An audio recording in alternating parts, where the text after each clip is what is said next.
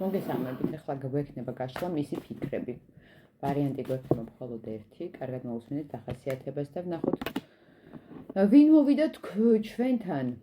რა ენერგიებში ხართ თქვენ? თქვენ ახლა თქვენი სამსახურით ხართ დაკავებული, თქვენი რაღაცა ოცნებების ასრულებით.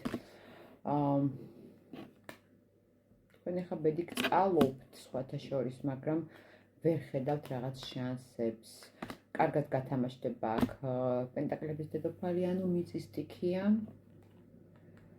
მოძრაობაში ხართ, ვერ ვიტყვი რომ არაფერს არ აკეთებთ, განულებული ხართ, რაღაცა ახალს ეძებთ, ან ვიღაცასთან გათამაშდება ისე რომ რაღაც ძალიან აქტიური პერიოდი გქონდათ, სამსახურში პირადში ზოგადად რაღაც ახალი იდეები, მაგრამ ეხლა განულდით და თითქოს დაიღალეთ და ისვენებთ.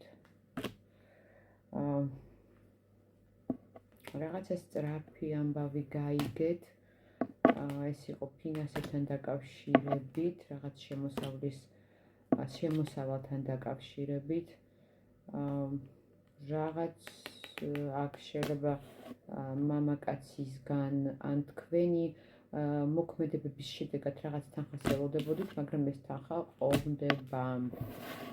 ვიცანით თქვენი თავი, შეიძლება ეს არ იყოს თანხა და რაღაცა მატერიალურია, შეიძლება რამის შეძენა გინდოდათ.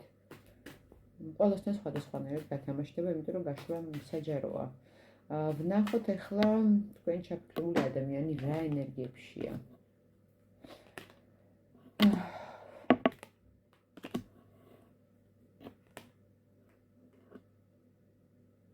აქ ვიღაცასთან დაიმსხვრა სამკუთხედი. ვიღაცასთან კი ვიღაცას კი სამსახურის სფეროში რაღაც პრობლემები აქვს, ადამიანი არის მოძრავი.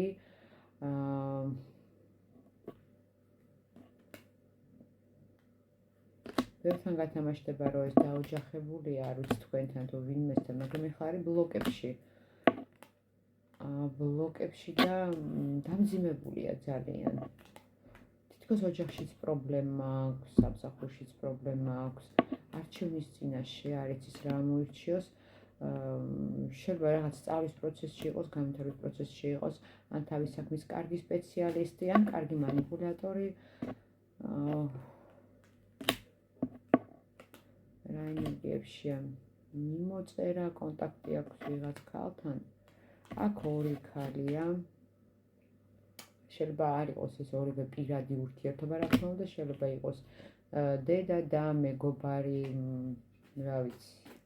მაგრამ სამკუთხედი გვიჩვენეს ასე რომ გრძნობები ვის მიმართ? გრძნობები აქ საკუთარი თავის მიმართ აქვს, ადამიანი არის აქ ეგოისტი.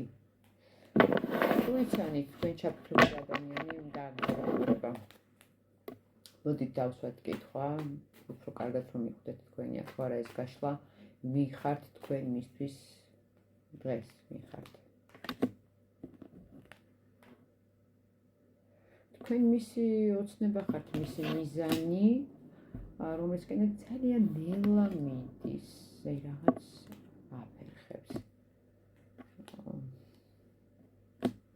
თქვენ ხართ ის ადამიანი, ვინც გაუპრიალეთ გვირგვინი და დასვით ტახტზე და არის ბედნიერი. თუ შეფასება აუმაღლეთ თქვენ ამას.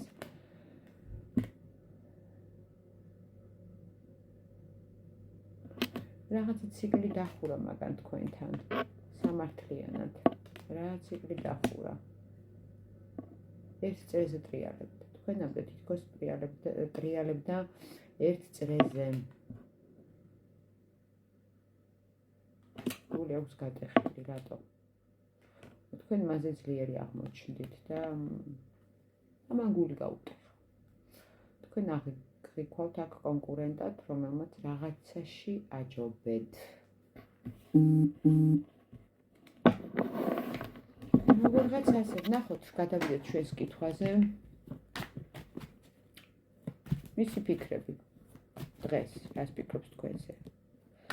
სხვათა შორის ხშირად ქალებს მოგვდის ესეთი შეცდომა, ცოტა თემას გადაუხვევ, რომ ადამიანი რაღაცნაირად პრობლემებშია და ჩვენ კიდე რაღაცნაირად ვცდილობთ რომ ვიყოთ გადამრჩენის პოზიციაში. ადამიანი ამ დროს ჩვენთან იხსნება, გვაჩვენებს თავის სუსტ მხარებს, მაგრამ მაშინ, როცა კი მოძლიერდება, 90% ეგეთი ურთიერთობა ინგრევა, იმიტომ რომ არავის არ უნდა, მithumets მამაკაცებს მის ქალს ახსოვდეს ის მაშინ, როცა ის იყო ცუდად, როცა თქვენ მას ბოდიშდორლებს და ჟღუნდებს წმინდავდით, ეს მისთვის შეფასებას აგდებს და მამაკაცისთვის კი ეს ძალიან მნიშვნელოვანია, ასე რომ თუ გადაწყვიტეთ, რომ მამაკაც უშველოთ, ეს არის დაუნახავი და დაუფასებელი შრომა, იმიტომ რომ ასეთი რამები არასდროს არ ფასდება. შეიძლება თქვენ მისთვის ფასეული იყოთ, მაგრამ ის ყოველთვის გაგეცლებათ, მაშინვე როცა დადგება ფეხზე, ასე რომ თქვენ არ ხართ მამაკაცის არც დედა, არც მშველელი, ჯობია გაეცალოთ და თვითონ მოაგვაროს თავისი პრობლემები. ნახოთ კი ახლა მაპატიეთ პატარა ლირიკული გადახვევისთვის. უბრალოდ ჩემი კლიენტების და მეგობრების და საკუთარი პრაქტიკიდანაც ეს ძალიან ხშირია. იშვიათია, რომ ადამიანი ამოიყვანოს აიდანღაც და ის შენი მადლიერი კი დარჩება, მაგრამ წავა. ფიქრობს, რომ იმუშაოს ურთიერთობაზე,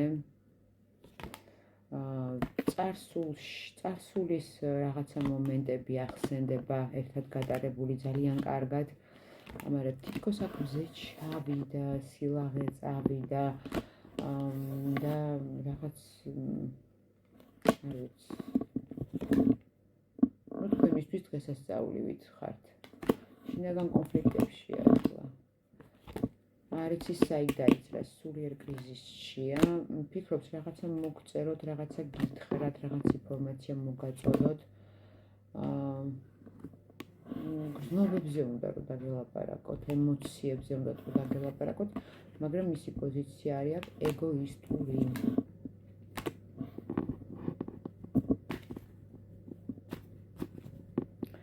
უნდა გითხრათ, როგორ დამძიმებულია, რამხელა გრძნობები აქვს თქვენს მიმართ, უნდა უთხრათ, რომ თქვენ მას რაღაცაში მართლა აჯობეთ.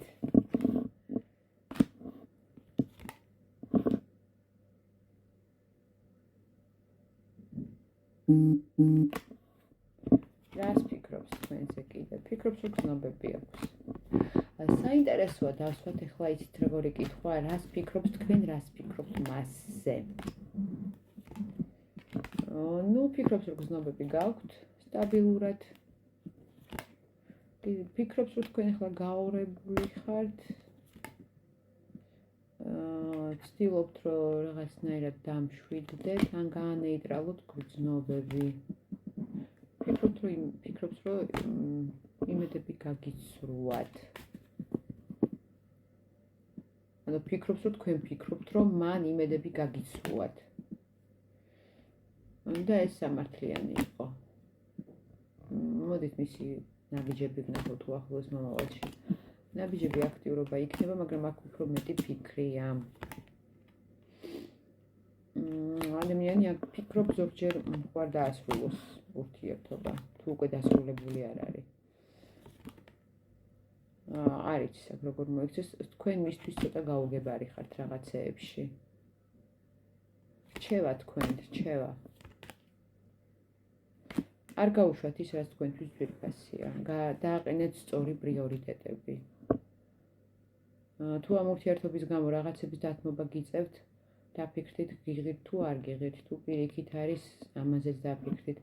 აქ არის ლაპარაკი სწორ პრიორიტეტებზე, ამ ურჩეთ ყველა ვარიანტში თქვენი სტაბილურობა იქ და იმასთან და იმ სიტუაციაში, სადაც თავს გრძნობთ სტაბილურად და შეზღუდვებს ნუ დაუყენებთ საკუთარ თავს. გადით შერჩევებიდან. ძალიან დიდი მადლობა ყველას, ვინც უყურეთ ამ გაშლას, პირადი კონკრეტული გარჩევებისთვის.